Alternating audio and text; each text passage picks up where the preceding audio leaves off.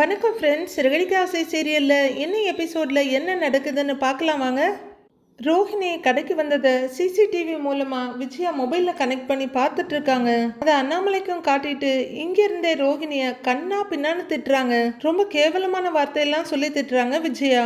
மூஞ்சி நிறைய பவுடரை பூசிக்கிட்டு யாராவது ஆம்பளைங்க கிடைப்பாங்கன்னு அலையிறியே, வெக்கமா இல்லை உனக்கு அப்படின்னு விஜயா அங்கே கடையில் இருக்க ஸ்பீக்கர் வழியாக கத்திக்கிட்டு இருக்க. அங்கே வேலை செய்கிற ஸ்டாஃப், வந்திருக்க கஸ்டமர்னு எல்லாரும் ரோஹிணிக்கு பின்னாடி வந்து நின்று வேடிக்கை பார்க்குறாங்க. ரோஹிணி அதிர்ச்சி, அவமானம் எல்லாமுமா சேர்ந்து அசைய கூட முடியாமல் நிற்கிறாங்க. ஐயோ பாவம் ரோஹிணி, நீயே எங்கள் அம்மா கிட்ட வசமாக மாட்டிக்கிட்ட அப்படிங்கிற மாதிரி பரிதாபமாக பார்த்துக்கிட்டு நிற்கிறாரு மனோஜ். ஸ்டாஃபுங்க கஸ்டமர்னு எல்லாரும் ஒருத்தருக்கு ஒருத்தர் பார்த்துட்ருக்க. உனக்கு ஆம்பளை வேணும்னா வேற யாரையாவது தேடிக்க வேண்டியது தானே, என் புள்ள தான் கிடைச்சானா அப்படின்னு விஜயா ரொம்பவே கேவலமா பேசுறாங்க. ரோஹிணி அவமானத்துல கூனி குறுகி போறாங்க. எதுக்கு இங்க வரணும், எதுக்கு இவ்வளவு பேச்சு வாங்கணும் அப்படின்ற மாதிரி மொட்டபா சந்தோஷ் சங்கடமா பார்த்துட்டு இருக்க. ஜீவா ரொம்ப ரொம்ப சங்கடமா பாக்குறாங்க. ஜீவாவும் ரொம்ப ரொம்ப வருத்தமாக தான் நிற்கிறாங்க. அவங்களும் ஒரு பொண்ணுன்றதை ஃபீல் பண்ணுறாங்க. கஸ்டமர் ஸ்டாஃப்னு ஆளுக்கு அவங்களுக்குள்ளேயே பேசிக்கவும் செய்கிறாங்க. மரியாதையாக வெளியே போயிட்டு சொல்லிட்டேன் அப்படின்னு விஜயா கத்த. அப்போதான் கொஞ்சம் சொரணை வந்த மாதிரி அண்ணாமலை, விஜயா என்ன பேச்சு பேசுகிற, அமைதியா இருன்னு சொன்னா கேட்க மாட்டியா? நான் தான் மனோஜை பார்த்து மெதுவா பேசுன்னு சொன்னேன் இல்ல, இப்ப பாரு கடையில எல்லாரும் வேடிக்கை பாக்குறாங்க. அசிங்கமா இல்ல, உனக்கு அறிவு இல்லையா? ஒரு பொண்ணை இப்படியா அசிங்கப்படுத்துவ அப்படின்னு அண்ணாமலை கத்திட்டு இருக்காரு. ஏங்க, அவ நம்ம பிள்ளைய எப்படி எல்லாம் ஏமாத்தி இருக்கா. ஊரா போய் ஆம்பளைங்களை ஏமாத்தி கல்யாணம் பண்ணிக்கிட்டு காசுக்காக வாழற இவ அடியே அப்படின்னு அண்ணாமலை கிட்ட சொல்லி முடிச்சுட்டு அங்க போனை பார்த்து கத்துறாங்க விஜயா. வெக்கம் கேட்டவளே, நீ எல்லாம் சோத்துல உப்பு போட்டு தானே சாப்பிடுற அப்படின்னு விஜயா கத்த. ரோஹிணியோட நிலைமை சொல்லவே முடியல. என்னதான் இருந்தாலும் பாவம், இப்படி பேசக்கூடாதுதான். மனோஜும் முட்டமொழியை விரிச்சு பரிதாபமா பார்த்துட்டு இருக்காரே தவிர வேற ஒன்றும் சொல்லாம மரம் மாதிரி நின்றுட்டு இருக்காரு. நான் மட்டும் அங்க வந்தேன் உன்னை செருப்பாலேயே அடிப்பேண்டி அப்படின்னு விஜயா கத்திட்டு இருக்க. ஒரு வழியா சொரணைக்கு வந்த மனோஜ், ப்ரோ என்ன ப்ரோ பார்த்துட்டு இருக்கீங்க, அந்த ஸ்பீக்கரை கட் பண்ணுங்கன்றாரு. உங்க இடத்துல தான் இருக்கு ப்ரோன்னு சந்தோஷ் சொல்ல. எங்க இருக்கு அப்படின்னு மனோஜ் அந்த ஸ்பீக்கரை ஆஃப் பண்ற சுவிட்சை தேடிட்டு இருக்க. ஏண்டி உன் உடம்புல எல்லாம் நல்ல ரத்தமே ஓடலையா? நல்ல மாட்டுக்கு ஒரு சூடு, எவனாவது இழிச்சுவாயன் கிடைப்பான், அவனை போய் ஏமாத்து போ அப்படின்னு ரொம்பவே திட்ட. ரோஹிணி என்ன செய்யறதுன்னு தெரியாம அப்படியே நல்ல ததும்புற கண்ணீரோடு நிக்கிறாங்க. உடனே ஏய் மனோஜ் அப்படின்னு கூப்பிட கீழே குனிஞ்சு தேடிக்கிட்டு இருந்தவரு படார்னு நிமிர்ந்து பாக்குறாரு. அங்க என்ன வேடிக்கை பார்த்துக்கிட்டு இருக்க, முதல்ல அவ கழுத்தை பிடிச்சி வெளியே தள்ளுடா அப்படின்னு விஜயா கத்த. ஸ்பீக்கரை கட் பண்றதை விட்டுட்டு எழுந்து நின்று ரோஹிணியை பார்த்துட்டு இருக்காரு மனோஜ். ரோஹிணி அப்படியே தீயா முறைக்க மறுபடியும் ஸ்பீக்கரை பார்க்குறாரு. விஜயா பேனா ஃபோனை இப்படி கொடு அப்படின்னு அண்ணாமலை கேட்க, நீங்க பேசாம இருங்க, இவளை எல்லாம் சும்மா விடக்கூடாதுங்க, வெக்கம் கேட்டவ அடியே, நீ இனிமே கடை பக்கம் வந்த கடப்பக்கட்டை பிஞ்சிடும், போடி வெளிய அப்படின்னு விஜயா கத்த. அது பெத்த எருமை அப்படியே ஸ்பீக்கரையே பார்த்துட்டு இருக்கு. டேய் மனோஜ், உங்ககிட்ட தானே சொல்லிக்கிட்டு இருக்கிறேன், அப்படியே சில மாதிரி நிக்கிற, அந்த திருட்டு கழுதையை பிடிச்சி வெளியே தள்ளு அப்படின்னு விஜயா கத்த. மனோஜ் உடனே பயத்தோட ரோஹிணியை பாக்குறாரு. பயங்கரமா முறைக்கிற ரோஹிணி வேகமா போறாங்க. வெளியே போறாங்கன்னு பார்த்தா அங்க வந்த கேமராவை வெடுக்கு வெடுக்குன்னு புடுங்கிட்டு இருக்காங்க. டேய் கேமராவை புடுங்குறாடா, டேய் மனோஜ் சொல்லுடா அப்படின்னு விஜயா கத்திட்டு இருக்கும் போதே ரோஹிணி ஒரு வழியா அதை புடுங்கி எடுத்துடுறாங்க. விஜயாவுக்கு எல்லாமே மறைஞ்சிடச்ச அப்படின்னு கையை உதறிட்டு இருக்காங்க.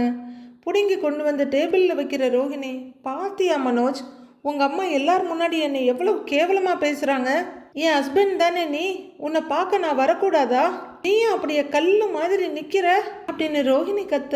இல்ல ரோஹிணி, கேமரா இருக்கதை நான் மறந்துட்டேன் அப்படின்னு சொல்லிக்கிட்டே ரோஹிணி கையை அவர் பிடிக்க வெடுக்குன்னு இழுத்துக்கிறாங்க. என்னை எவ்வளவு கேவலமா பேசுறாங்க, ஒரு சாதாரண மனுஷனாவது கேள்வி கேட்கலாம்ல, அப்படியே வேடிக்கை பார்த்துக்கிட்டு நிக்கிற, அவங்கள ஒரு வார்த்தை கூட நீ கேட்கல அப்படின்னு ரோஹிணி திட்ட. ரோஹிணி, அவங்களுக்கு தான் கோவம் வந்தா என்ன பேசுவாங்கன்னு உனக்கே தெரியும்ல அப்படிங்கிறாரு மனோஜ். உங்ககிட்ட பேசி பிரயோஜனமே இல்லை மனோஜ், நீ கடைசி வரைக்கும் உங்க அம்மாவுக்கே சப்போர்ட் பண்ணிக்கிட்டே இரு. நான் உங்க அம்மா மேல எவ்வளவு ரெஸ்பெக்ட் வச்சிருந்தேன், ஆனா அவங்கள பாரு என்னை எவ்வளவு அசிங்கப்படுத்துறாங்கன்னு. இதுக்கு எல்லாத்துக்குமே கண்டிப்பா ஒரு நாள் அவங்க அனுபவிப்பாங்க அப்படின்னு விரல் நீட்டி எச்சரிக்கிற ரோஹிணி, தள்ளுங்க அப்படின்னு கோவத்தை இருக்கவங்க மேல காட்டிட்டு அங்கிருந்து விடுவிடுன்னு வெளியே போறாங்க. ஒன்னல்ல ஃபேமிலி இஷ்யூஸ் தான், நீங்க போங்க, போய் ஷாப்பிங் கண்டினியூ பண்ணுங்க அப்படின்னு இருக்கவங்களெல்லாம் அனுப்பி விடுறாரு சந்தோஷ். ஜீவா மனோஜ் பக்கத்துல வந்து பாஸ்னு கூப்பிட, அந்த ஸ்பீக்கர் எதுக்கு ஆன்ல வச்ச அப்படின்னு கத்துறாரு அவரு. பாஸ், சாரி பாஸ், உங்க அம்மா தான் இங்க நடக்கிறது பேசுறது எல்லாத்தையுமே கேட்கணும்னு சொன்னாங்க, அது மாதிரி செட் பண்ணி கொடுன்னு சொன்னாங்க, அதனால தான் அப்படி பண்ணேன்னு ஜீவாவும் பாவமா நிக்கிறாங்க. மனோஜ் ஒன்னும் திட்டவும் முடியாம சொல்லவும் முடியாம பரிதாபமா நிக்கிறாரு.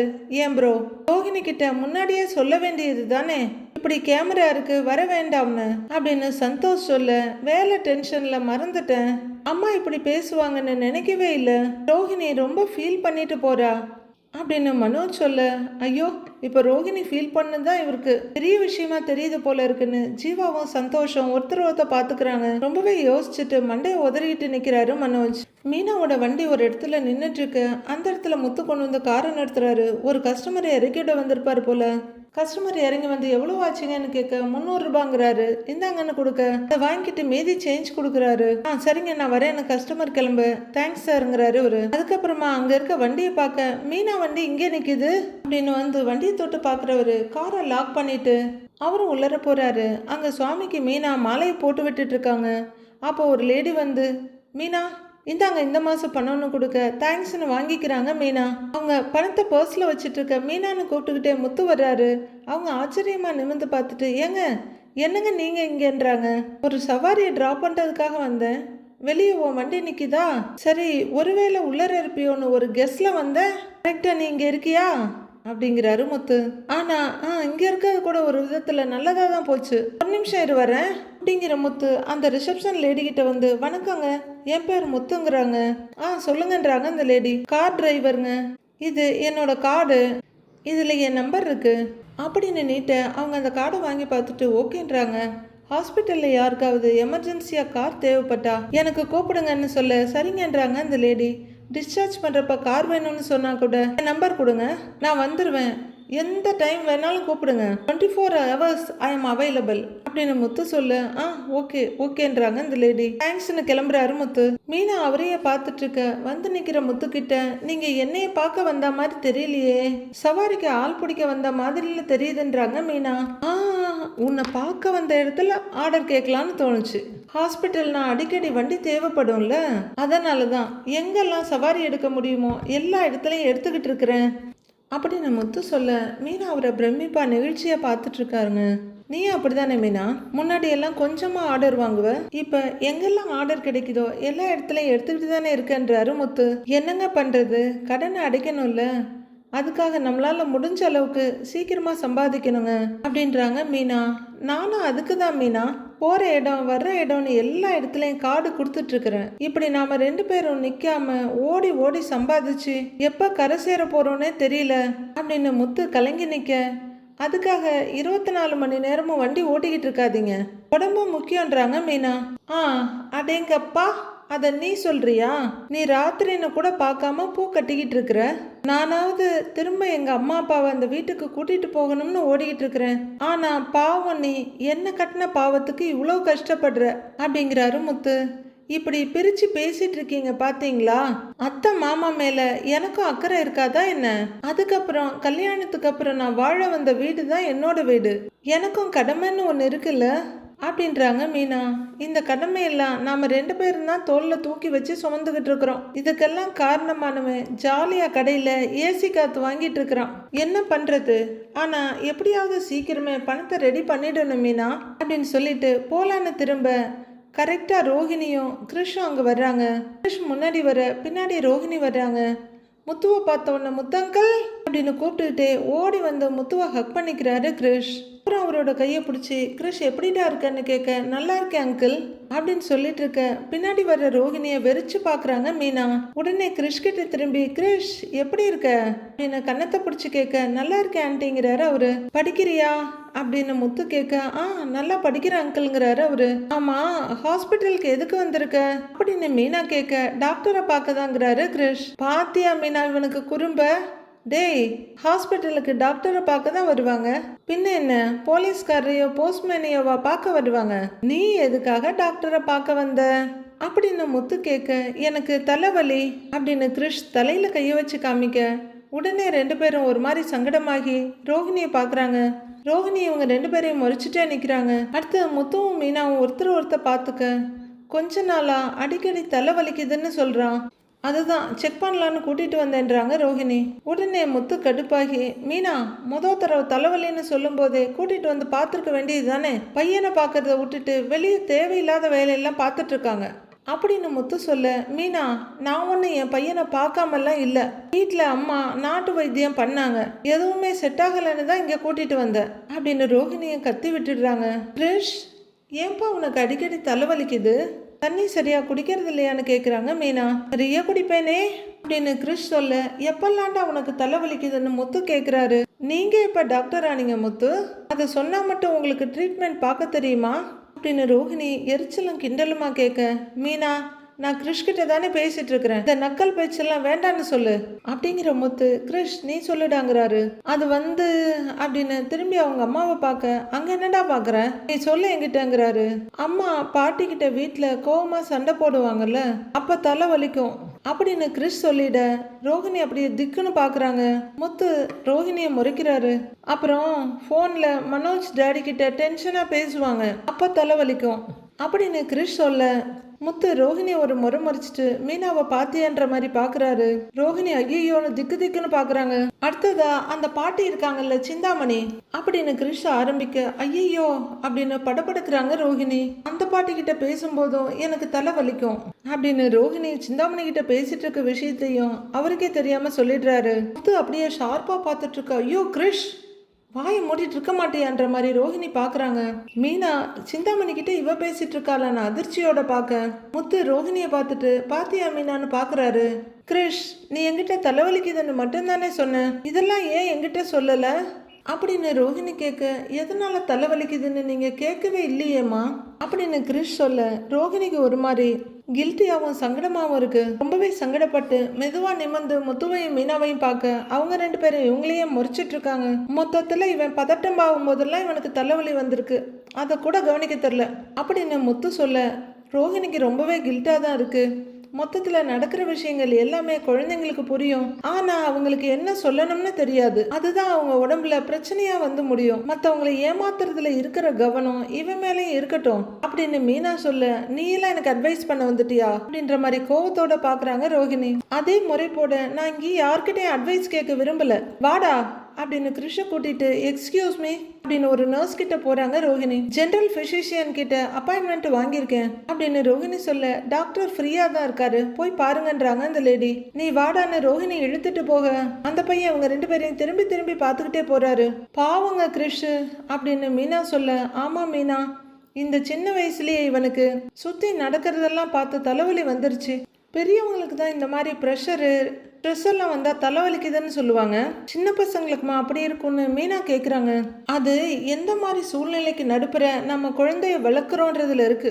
அப்பா அடிக்கடி ஒன்று சொல்லுவாரு, பெத்தவங்க பிள்ளைங்க முன்னாடி சண்டை போட்டுக்க கூடாது, அதிகமா கோவப்படக்கூடாதுன்னு, ஏன்னா அது குழந்தைங்களையும் பாதிக்குமா. இந்த பார்லரம்மா இவன் இருக்கும்போதே எல்லா வேலையும் பண்ணிட்டு இருக்கும் போல இருக்கு அப்படின்றாரு முத்து. ஆமாங்க, கொஞ்சமாவது அவன் மேல அக்கறையும் பாசமும் காட்டினா தானே. அவ தேவைக்கு மட்டும்தான் கிருஷ்ண எல்லா இடத்துலயும் கூட வச்சுக்கிறா. கிருஷ்ணன் நினைச்சாலே ரொம்ப கஷ்டமா இருக்குங்க அப்படின்றாங்க மீனா. அதான் டாக்டரை பார்க்க போறாங்கல்ல, எல்லாம் சரியாயிடும், வா வா போலாம் அப்படின்னு முத்து வாழ்க்கையில முதல் வேலையா உருப்படியான ஒரு காரியத்தை செஞ்சுட்டு கிளம்புறாரு. மீனா ஏக்கமா பார்த்துக்கிட்டு இருந்துட்டே போறாங்க. முதல்ல அவங்கவுங்க வேலையை பார்க்க விடணும், எல்லாத்தையும் தூக்கி நான் தான் கடவுள்னு தோல்ல தூக்கிட்டு சுமக்கக்கூடாது. மீனா வீட்டில் இருக்க விஜயா கிச்சனில் போய் கையெலம்பிட்டு வெளியே வர்றாங்க. அங்கே துடைக்கிறதுக்காக வச்சிருந்த மாபு மோதி அதில் இருக்க தண்ணி வெளியே சிந்திடுது. அச்சோ அப்படின்னு அதை பிடிச்சிட்டு இருக்க 2 லேடிஸ் வர்றாங்க அவங்க வீட்டுக்கு. 2 பேரும் ஒருத்தர் பார்த்துட்டு நிற்க விஜயா அந்த மாபை அப்படியே ஓரமாக சாத்தி வைக்கிறாங்க. சந்திராக்கா இல்லைங்களான்னு கேட்க, இல்லை வெளியே போயிருக்காங்க, என்ன விஷயம்ன்றாங்க விஜயா. கல்யாண பத்திரிக்கை கொடுக்கணும், எப்போ வருவாங்கன்னு தெரியுமான்னு அந்த லேடி கேக்குறாங்க. அதெல்லாம் எனக்கு தெரியாது, சொல்லிட்டு போகலன்றாங்க விஜயா. சரி நாங்க வெயிட் பண்றோம்னு அந்த லேடி சொல்ல, அது உங்க இஷ்டம்ன்றாங்க விஜயா. அவங்க ரூம்குள்ள போய் கதவை சாத்தி லாக் பண்ணிக்க அந்த லேடிஸ் 2 பேரும் பார்த்துட்டு இருக்காங்க. அதுல இன்னொரு லேடி, ஏய் சந்திராக்காவுக்கு ஃபோன் பண்ணு, வீட்டுக்கு வந்திருக்கோன்னு சொல்லி அப்படின்னு சொல்ல அந்த லேடியும் சரின்னு தலையாட்டுறாங்க. அப்படியே பார்த்து பத்திரிக்கையை கொடுத்துட்டு போயிடலாம், ஃபோன் பண்ணு அப்படின்னு சொல்ல இவங்க சந்திராவுக்கு ஃபோன் பண்ணுறாங்க. அவங்களும் ஃபோனை பிக் பண்ணதும், சந்திராக்கா உங்கள் வீட்டில் தான்க்கா இருக்கேன், எப்போ வருவீங்கன்னு கேட்க, பக்கத்தில் தான் இருக்கேன், இதோ வந்துடுவேன் அப்படின்னு ஆப்போசிட்டில் வாய்ஸ் கேட்க, சீக்கிரமா வாக்கா, நிறைய இடத்துக்கு பத்திரிக்கை கொடுக்கணும் அப்படின்னு சொல்லிட்டு இருக்க, அதுவெல்லாம் கதவு பக்கத்துலேயே நின்று கேட்டுட்டு இருந்த விஜயா, என்னமோ பண்ணுங்க அப்படின்ற மாதிரி நகர்ந்து போகிறாங்க.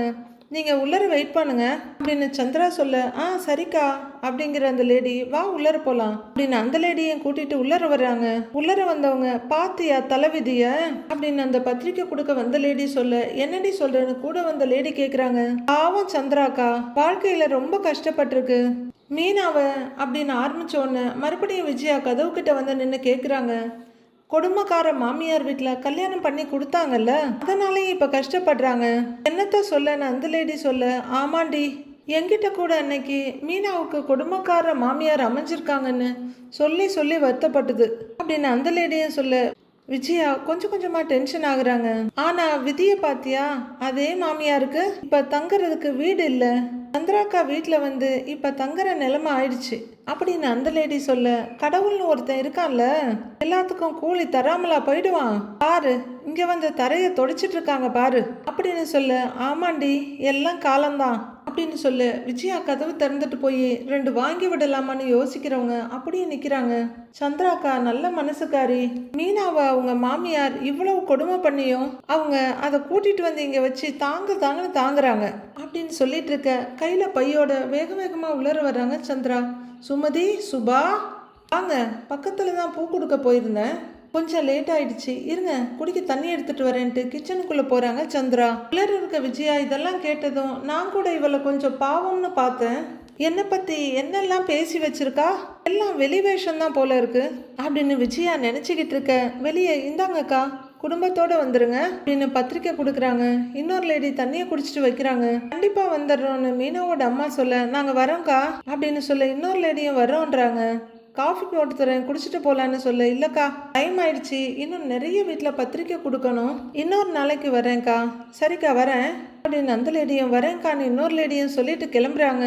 விஜயா வெளியே வர உடனே சந்திரா பார்த்துட்டு, சம்மந்தியம்மா காஃபி ஏதாவது குடிக்கிறீங்களா, இல்லை ஜூஸ் போட்டு தருவான்னு கேட்குறாங்க. அதெல்லாம் ஒன்றும் வேண்டாம், போட்டு கொடுத்த வரைக்கும் போதுன்றாங்க விஜயா. சந்திராவுக்கு ஒரு மாதிரி சுருக்குன்னு ஆயிடுது. என்ன சம்பந்தியமா இப்படி சொல்றீங்கன்றாங்க. விஜயாவும் மறைக்காம, என்னை பற்றி இப்படிதான் ஊரெல்லாம் சொல்லி வச்சிருக்கீங்களா அப்படின்னு கேட்க, நான் என்ன சொன்னேன்றாங்க சந்திரா. நான் பெரிய கொடுமைக்கார மாமியார்னு எல்லார்கிட்டையும் சொல்லியிருக்கீங்க, உங்க வீட்டில் வந்து ஒண்டி இருக்கேன்னு என் மானத்தை வாங்குறீங்களா அப்படின்னு விஜயா கேட்க, சந்திரா திகச்சு போய், சம்மந்தி என்ன சொல்றீங்க, நான் எதுக்கு உங்களை பத்தி தப்பா சொல்ல போறேன் அப்படின்னு சந்திரா கேட்க, அதான் இப்ப வந்தாங்களே உங்க கூட்டாளி, அவங்க பேசுனதெல்லாம் நான் கேட்டுக்கிட்டு தான் இருந்தேன், நீங்க என்னை பத்தி தப்பு தப்பா சொல்லாம அவங்க ஏன் அப்படி சொல்ல போறாங்க அப்படின்னு விஜயா கேட்க, சம்மந்தியம்மா உங்களை கொடுமைக்கார மாமியார்னு நான் யார்கிட்டையும் சொல்லவே இல்லை அப்படின்னு கொஞ்சம் பதட்டமா சொல்ல, அப்ப வேற என்ன சொல்லியிருக்கீங்கன்னு விஜயா கேட்குறாங்க.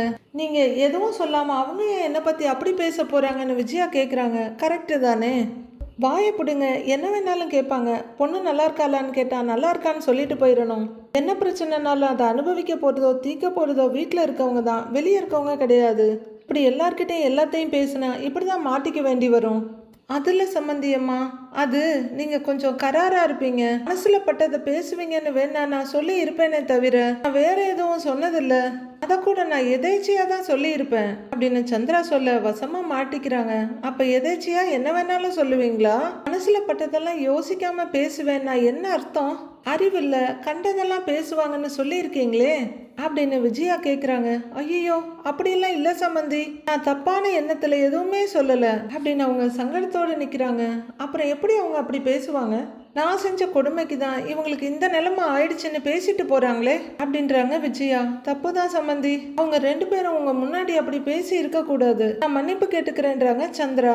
அப்ப வெளியே போய் பேசி இருக்கலான்னு சொல்றீங்களா அப்படின்னு விஜயா கேட்க, ஐயோ நான் அப்படி சொல்ல வரல, என்னை மன்னிச்சிடுங்க சம்மந்தி அப்படின்றாங்க சந்திரா. மன்னிப்பா, இனிமே இந்த வீட்டில் ஒரு நிமிஷம் கூட நான் இருக்க மாட்டேன், உங்ககிட்ட எல்லாம் இப்படி பேச்சு வாங்குறதுக்கு பேசாம ஏதாவது ஒரு ஆசிரமத்தில் போய் கூட இருந்துக்கலாம், இனி இந்த வீட்டில் நான் இருக்க மாட்டேன்னு கொஞ்சம் அழுகையா ஆத்திரமா சொல்றாங்க விஜயா. கரெக்டா மீனா உள்ளர வர்றாங்க. பின்னாடியே முத்துவும் வர்றாரு. விஜயா பேசுறத கேட்டுட்டு வந்த மீனா, அத்தை ஏன் கோவமா இருக்கீங்கன்னு கேக்குறாங்க. என் கௌரவத்தை விட்டு இங்க வந்தேன் பாத்தியா, அதுக்கு என்ன நல்லா பெருமைப்பட வச்சுட்டீங்க அப்படின்னு விஜயா சொல்ல. அத்தை அப்படின்னு மீனா பதற, இங்க வந்ததுக்கு நான் தான் என்ன அடிச்சுக்கணுங்கிறாங்க விஜயா. அம்மா என்னம்மா நீங்க இப்படி கோவப்படுற அளவுக்கு என்னம்மா ஆச்சுன்னு கேக்குறாரு முத்து. இனிமே என்னால ஒரு நிமிஷம் இங்க இருக்க முடியாதுடா, நான் போறேன்றாங்க விஜயா. அத்தை கோவப்படாதீங்க அத்தை, முதல்ல என்ன ஆச்சுன்னு சொல்லுங்க அப்படின்னு மீனா கேட்க. இன்னும் என்னடி ஆகணும், உங்க அம்மா என்ன கொடுமைக்கார மாமியார்னு ஊர் முழுக்க சொல்லி வச்சிருக்காங்க அப்படின்னு விஜயா சொல்ல. உடனே மீனா பதட்டமா அவங்க அம்மாவை திரும்பி பார்க்க, அவங்க அம்மா பதட்டமும் பரிதாபமா பாக்குறாங்க. இங்க வந்து அவங்க கூட்டாளிங்க தான் என்ன பேசிட்டு போறாங்க அப்படின்னு சொல்ல. முத்துவும் சந்திராவை பாக்குறாரு. இதுக்கெல்லாம் மூல காரணமே மீனா தான். அங்க தண்ணி குடிச்சா கூட இங்க ஒப்பிக்க வேண்டியது. அதுவும் இவங்க விஷயம் மட்டும் சொல்ல மாட்டாங்க, வீட்டுல நடக்கிற அத்தனை விஷயத்தையும் சொல்லுவாங்க மீனா. அதை அவங்க அம்மா கொஞ்சம் கொஞ்சமா வெளியே சொல்லியிருக்காங்க. அவ்வளவுதான் நடந்திருக்கு. இவங்க சொல்லாம அவங்க எப்படி பேசுவாங்கன்னு கரெக்டா கேக்குறாங்க விஜயா. என்னம்மா அப்படின்னு மீனா கேட்க. இல்ல மீனா, நான் தப்பாலாம் எதுவும் பேசல. நான் ஏதோ உங்ககிட்ட சாதாரணமா சொல்ல போய் அவங்க வேற மாதிரி ஏதோ சொல்லியிருக்காங்க அப்படின்னு படபடப்பா சொல்றாங்க அவங்க அம்மா. அது எப்படி இவங்க சொல்லாம நான் கொடுமைப்படுத்துறேன்னு அவங்களாவா சொல்லுவாங்க? இப்படிதான் நீ என்ன ஊரெல்லாம் சொல்லி வச்சிருக்கிறியா அப்படின்னு விஜயா கேக்குறாங்க. அத்தை, அம்மா அந்த மாதிரி அர்த்தத்துல எதுவும் சொல்லி இருக்க மாட்டாங்க. இருந்தாலும் உங்க மனசு காயப்பட்டிருந்தா அதை பெருசா எடுத்துக்காதீங்க அத்தை. அம்மா ஏதோ தெரியாம சொல்லி இருப்பாங்க, மன்னிச்சிருங்கன்றாங்க மீனா. ஆமா ஆமா, தெரியாம தான் சொல்லி இருப்பாங்க. குடும்பமா சேர்ந்து நல்லா நடிக்கிறீங்க அப்படின்றாங்க விஜயா. விஜயா சொல்றது ஓரளவுக்கு உண்மைதான். எல்லா மனுஷங்களுக்குமே ஆசை, பாசம், கோபத்தாபம் எல்லாமே இருக்கும். எல்லா நேரமும் ஒரே மாதிரி கனிவா இருக்க மாதிரியெல்லாம் இருக்கவே முடியாது. அப்படி இருந்தா அது உண்மையிலேயே நடிப்பு தான். அதுல இருக்க போலித்தனம் அப்பட்டமா தெரிஞ்சிடும். மீனாவும் அவங்க அம்மாவும் நிறைய நேரத்துல அப்படிதான் இருப்பாங்க. ஆஹா இல்லத்த அப்படின்னு மீனா சொல்ல. உங்க அம்மா ஊர் பூரா என்னைய கேவலமா சொல்லி அசிங்கப்படுத்தி இருக்காங்க. நான் என் வீட்டுக்கு போகக்கூடாதுன்னு உன் பதவியில ஒட்டிக்கிட்டு இருக்கிற அப்படின்னு விஜயா சொல்ல. மீனா கொஞ்சம் சங்கடமா முத்துவை பாக்குறாங்க. இப்ப இதுக்கு எதுக்குமா அதோட முடிச்சு போடுறீங்கன்ற மாதிரி முத்து பாக்குறாரு. இப்பதானே எனக்கு புரியுது, என் வீடு எனக்கு கிடைக்க கூடாது, என்னை எங்கேயே வச்சு அசிங்கப்படுத்தணும், அதுதானே உங்க எண்ணம் அப்படின்னு விஜயா கேட்க. அத்தை அப்படிலாம் எதுவும் இல்லை அத்தை அப்படின்னு மீனா சொல்ல. எனக்கு என்னமோ உன் குடும்பம் மொத்தமா சேர்ந்து என்ன பழி வாங்குறீங்களோன்னு தோணுது அப்படின்றாங்க விஜயா. அத்தை உங்களை எதுக்கு அத்தை நாங்க பழி வாங்க போறோம்? என் பதவியை ராஜினாமா பண்ணாதான் உங்க மனசு சந்தோஷமா இருக்கும்னா நான் உடனே அதை பண்றேன் அத்தை அப்படின்னு மீனா திரும்பி போறாங்க. ஏய் என்னமோ பிச்சை போடுற மாதிரி சொல்ற? நீ ராஜினாமா பண்ணா நானா அந்த பதவியில போய் உட்கார போறேன், அது பெரிய மந்திரி பதவி அப்படின்னு விஜயா சொல்லிட்டு இருக்க. முத்து எதுவும் பேசாம அம்மாவை முறைச்சுக்கிட்டு இருக்காரு. என்ன எல்லாரும் சேர்ந்து என்ன அசிங்கப்படுத்துறீங்களா? என்னால இங்க அவமானப்பட்டெல்லாம் இருக்க முடியாது, நான் கிளம்புறேன் அப்படின்னு ரூம்குள்ள போக. சம்பந்தியம்மா அப்படின்னு கூப்பிட்டுட்டு இருக்காங்க மீனாவோட அம்மா. அத்தை அத்தை அத்தை, நான் இப்பவே அந்த பதவியை ராஜினாமா பண்ணிடுறேன், இந்த சண்டையும் வேணாம், உங்க மனசுல எந்த கஷ்டமும் வேணாம் அப்படின்னு மீனா மறுபடியும் வெளியே போக. முத்து அவங்க கையை பிடிச்சிக்கிட்டு இப்ப நீ எங்க போற? அதெல்லாம் ஒன்றும் பண்ண வேணாங்கிறாரு. இல்லைங்க, நான் என் பதவியை ராஜினாமா பண்றதா முடிவு பண்ணிட்டேன் அப்படின்னு மீனா சொல்ல. நான் தான் வேணான்னு சொல்றேன்லன்னு முத்து கத்துறாரு. என்ன வேற என்னடா பண்ண சொல்ற? நான் இந்த வீட்லயே உட்கார்ந்துட்டு இருக்கிறேன், கண்டவங்க எல்லாம் என்ன அசிங்கமா பேசுவாங்க, அதை கேட்டுக்கிட்டே என்ன சும்மா இருக்க சொல்றியா அப்படின்னு விஜயா கேட்க. சந்திரா அப்படியே தவிப்பா இவங்களையும் மருமகனையும் மாறி மாறி பாக்குறாங்க. அம்மா முன்ன பின்ன வார்த்தையை விட்டு தெரியாம இப்படி ஆயிருக்கு, தப்பு தான், இதை இப்படியே விட்டுருங்களேன்றாரு முத்து. அப்படியெல்லாம் மானங்கெட்டெல்லாம் என்னால இங்க உட்கார்ந்துட்டு இருக்க முடியாது, அவளை பதவியை ராஜினாமா பண்ண சொல்லிட்டு முதல்ல என் வீட்டை மீட்கிற வழியை பாருங்க அப்படின்னு விஜயா சொல்ல. ஐயோ அப்படின்னு கலங்கி போய் பாக்குறாங்க மீனாவோட அம்மா. முத்துவும் அதிர்ச்சியா பார்க்க, என்னால இங்க இருக்க முடியாது, இல்லைன்னா நான் எங்கேயாவது கிளம்பி போயிடுவேன், என்னை தேடிக்கிட்டு யாரும் வராதிங்க அப்படின்னு விஜயா சொல்ல. ஐயோன்னு பாக்குறாங்க மீனா. அம்மா எனக்கு ஒரு 2 நாள் டைம் கொடுங்கம்மா, நம்ம வீட்டை நான் எப்படியாவது மீட்க பாக்குறேன், ஒரு 10 லட்சம் ரூபாயை கட்டினா ஜப்தி நடவடிக்கையை கைவிட்டுருவாங்கன்னு லாயர் மேடம் சொன்னாங்க, அட்லீஸ்ட் கொஞ்ச நாளைக்கு டைமாவது வாங்கிக்கலாங்கிறாரு முத்து. 2 நாள்ல 10 லட்சம் ரூபாய் கட்டணும்னா உன்னால எப்படி முடியும்? எங்கேயாவது போய் கொள்ளடிக்க போறியான்னு விஜயா கேக்குறாங்க. வீடும் வேணும், போட்டிருக்க நகையும் வேணும், ஏன் அதை கழட்டி கொடுத்தா ஈஸியா வேலை முடிஞ்சிருமே, அதை செய்யுங்க விஜயா முதல்ல. முத்து பயங்கர ஃபியூரியஸ் ஆகி, எனக்கு அந்த வேலையெல்லாம் தெரியாதுமா, உழைச்சி சம்பாதிச்சு தான் பழக்கம்னு கத்துறாரு. அப்படி சம்பாதிச்சு வாங்கினது தான் 2 காரு, ஒரு வேனு. அப்படி 2 நாள்ல பணம் கிடைக்கலன்னா அந்த 3 வண்டியை நான் வித்துடுறேன் அப்படின்னு முத்து சொல்ல விஜயா அதிர்ச்சியா பாக்குறாங்க. மீனாவும் அவங்க அம்மாவும் பயங்கர அதிர்ச்சியோட பாக்குறாங்க. ஏங்க என்ன பேசிட்டு இருக்கீங்கன்னு மீனா கேட்க கொஞ்சம் பொறுங்கிற மாதிரி கையை காட்டுறாரு முத்து. நாம கட்ட வேண்டிய பணத்தை கட்டிட்டு நான் ஜப்தியில இருந்து மீட்டுடுறேம்மா, நீங்க ஒரு 2 நாள் மட்டும் டைம் கொடுங்க அப்படின்னு முத்து சொல்ல, என்னமோ செய், இவ அம்மா ஊர்ல எல்லார்கிட்டையும் போய் என்ன கொடுமைக்கார மாமியார்னு சொல்லியிருக்காங்க அப்படின்னு விஜயா சொல்ல சந்திரா கொஞ்சம் சங்கடமா தலையை குனிறாங்க. அவங்க எல்லாரும் வீட்டுக்கு வந்து, இங்கே என் காது படவே பாத்தியா இந்த அம்மாவோட தலையெழுத்து, மீனாவை அப்படி கொடுமைப்படுத்தினதுக்கு தான் இப்படி இவங்க அனுபவிக்கிறாங்கன்னு சொல்லிட்டு போறாங்க அப்படின்னு விஜயா சொல்ல, ஐயோன்னு பதட்டமா திரும்புறாங்க மீனா. அவங்க சொன்னாலும் சொல்லாட்டியும் அதுதானேம்மா உண்மைங்கிற மாதிரி பாக்குறாரு முத்து. இதெல்லாம் கேட்டுக்கிட்டு நான் இன்னும் மானம் கெட்டு இருக்கேன் பாரு, நீ சொன்ன மாதிரி இன்னும் 2 நாள் தான் உனக்கு டைம், அதுக்கு மேல 2 நிமிஷம் கூட நான் இங்க இருக்க மாட்டேன் அப்படின்னு விஜயா உள்ளர போயிட சந்திராவும் மீனாவும் அவசரமா முத்து பக்கம் திரும்ப முத்து அதை விட ஸ்பீடா வெளியே போறாரு. உடனே மீனா அவங்க அம்மா கிட்ட திரும்பி, என்னம்மா நீ அப்படின்னு கத்த, நான் வேணும்னு எதுவும் சொல்லலடி, வந்தவங்க ஏன் இப்படி பேசுனாங்கன்னு கூட எனக்கு தெரியல, என்னோட தப்பு தான், நான் அமைதியா இருந்திருக்கணும் அப்படின்னு அவங்க அம்மா சொல்ல மீனா ஒரு திருப்பிட்டு அங்க இருந்து வெளியே போறாங்க. ஐயோன்னு தவிப்பா நிக்கிறாங்க சந்திரா. நாளைய ப்ரோமோவில் மனோஜ் கிட்ட ரவி பேசிட்டு இருக்காரு, கூட முத்து நின்றுட்டு இருக்காரு. டேய், இப்ப கடனை அடைக்க முத்து தனியா கஷ்டப்பட்டுட்டு இருக்கான்டா, பாவம் அவன் மட்டும் எப்படி கஷ்டப்படுவான், அதனால நம்ம 3 பேரும் சேர்ந்து நம்ம வீட்டை எப்படியாவது ஜப்தியில இருந்து மீட்கணும், உன்னால எவ்வளவு அமௌண்ட் தர முடியும்னு சொல்லுன்னு ரவி கேக்குறாரு. மனோஜும் கூலா திரும்பி, என்னால இப்ப எதுவும் முடியாது, அந்த வீட்டில் எனக்கு பங்கு இல்லைன்னு அப்பா சொல்லிட்டாரு, அப்ப அந்த வீடு எக்கேடு கெட்டு போனா எனக்கு என்னன்றாரு மனோஜ். ஏற்கனவே டென்ஷன்ல இருக்கும் போது எகிரி மனோஜோட சட்டையை பிடிச்சி அரையறதுக்கு கையை ஓங்குறாரு. அடுத்து என்ன நடக்க போகுதுன்னு நாளை எபிசோட்ல பார்க்கலாம் ஃப்ரெண்ட்ஸ்.